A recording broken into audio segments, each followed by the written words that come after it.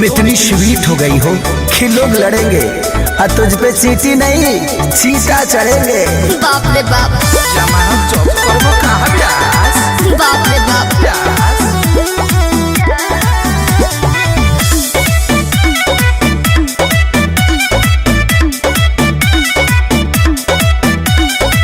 काहे खातिर सुनर बनले भगवान जी शरणो छटिया देवेले प्राण जी।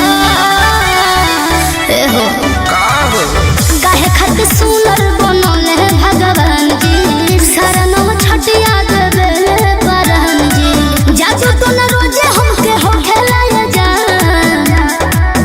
दोनों अखियां में काला अरे जियत रहो दोनों अखियां में काला हाँ? ससुर का डरा नजर महरो के लगे जा। चश्मा पहले अखियां में काला हाँ ससुर का डरा नजर महरो के लगे जा। कोरिया धागा के तनो हम गोड़ावा हमें बांधी। तब बहला गोता मोहब्बत के यादी। अरे बहे द मौसम हो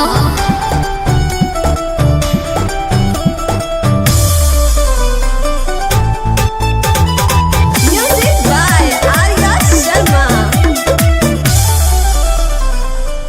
कौन बोल बोले ए जा लफुआवन के टोले ए जान कहीं आइल गइल छोड़ के हम घर रही का।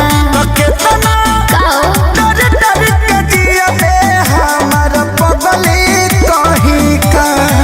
रहिया चले दोनों गोटो के लय जान। दोनों अखियां में काला तो दोनों अखियां में काला ससुर का डरा नजर महरो के लगे जा। दोनों अखियां में काला ससुर का डरा नजर महरो के लगे जा। जिया दोनों अखियां में काला के लगे जा।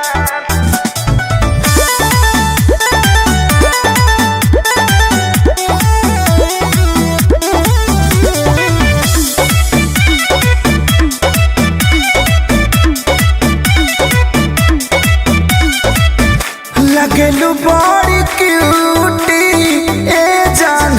जुलुम कैलस ब्यूटी ए जान। गजरा गजरा नहीं लागल हो ठललिए बात जान। कहबो काओ देखिए के लोग के बुरा होली बारी जान। बाप रे बाप अखिलेश के सारे ताल ठोक लय जान। दोनों अखियां में काला दोनों अखियां में काला ससुर का डरा अरे जिया प्यास के लगे जा। बाप रे बाप दोनों अखियां में काला ससुर का डरा नजर महरो के लगे जा। हंसतारू मैं लगन मगन कके ध देलू।